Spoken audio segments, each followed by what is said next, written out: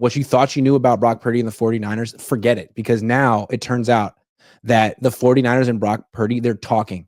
They're negotiating. They're actively negotiating a contract. I didn't know this. And it's expected that they will agree to a number that's somewhere between $50 and $55 million. I don't know. Is this supposed to sound reasonable? It still sounds like way, way, way, way too much to me. It sounds like they just took a topic and just like put it back in the microwave and reheated it. They treated it like how I treat my pizza the next day. It's like, what do I got to eat?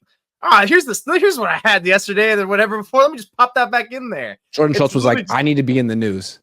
What's going on? I got nothing. It's like, wait, so it's a nothing burger. We got a nothing burger here. It's just like a pulse check. It's like, oh, hey guys, just remember this topic is going on here. Let me ask you this though. You had Garofalo a few days ago guesstimating a little less than $60 million a year. Now you have Schultz guesstimating 50 to 55. These are both very connected people who could call Brock Purdy's agent if they wanted to. His numbers, public information.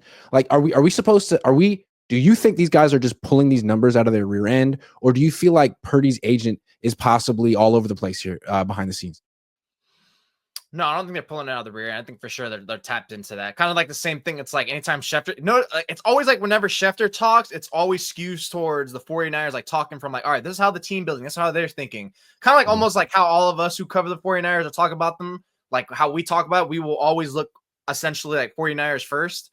And then you got like these two guys where I guess maybe they just haven't either, maybe the agent reached out to them or vice versa, whatever. Cause this has been like a little bit of a slept on topic. We haven't really heard too much lately. I think like, what was it? Like also 5 days ago, someone else said something else about 60+ million or whatever. So it's just like a rehashing of like, hey, let's get us talking to the news. Now free agency is like pretty much done with. Now it's like, hey guys, remember us, remember this. Cause now it becomes like a little of a bit of a, not like a real deadline, but a soft one coming up to the draft, right? Not because that's where maybe trade talks. That's getting closer to OTAs now. That's where the real holdouts in the talks. Cause that's, if you're any time for you to trade Purdy, it would be coming up to that draft. But those are always like the minor like deadlines. I feel like when it comes to players with contract extensions, because there always is the avenue that could be on the table for them. Yeah, I look. Here's what I think. Like, if this is what it's ultimately going to take to sign him, I'm just not certain another team would pay it. Remember how this all worked out with Ayuk last year? Yeah, the Niners offered like $25 million a year, and Ayuk was offended, and he's like, no, I'm worth 30. And the Niners were like, well, we don't want to pay you that much.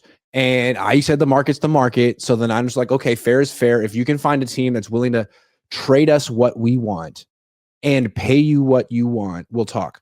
And he did. He found multiple teams that were willing. And so the Niners eventually came around. Could Brock do that? If Brock's like, nah, I'm worth $55 million a year, and the Niners are like, prove it. Could he prove it? Oh, 1,000%. I think that might start getting to that case probably in the coming weeks, again, as it gets closer, and especially if things are not looking good from a negotiation standpoint. Like, say, like all of a sudden, like, okay, now we have our first harsh line drawn through the sand. It's kind of the same thing with Ayuk. And it's like this is not anything new to these players for contract extension. Other NFL teams do it. It's like, okay, Brock, we think you're 45. And he's like, well, I think I'm 65 per million, dear. 20 million, 200 million guaranteed. It's like, all right, well, how about you go and figure out your market? You're not a free agent, but like, go ahead, field some teams who would be willing to give us a deal that would make sense for us for draft pick wise. And then for you at the same time. The same thing we did with Ayuk last year, right? It's like, okay, go find your worth. And he did. And it's like, all right, no, I don't want to go to Cleveland. I don't want to go to New England. I don't want to go to Pittsburgh, whatever. So with Brock, it's like, all right, go ahead, go do that. He did want to go to Pittsburgh. I totally expect that. Yeah, he did want to go to Pittsburgh. And Pittsburgh was the team that came through at the last. Well, they were one of the teams that came through to help Brandon Ayuk get the contract he wanted. It was also New England and Cleveland.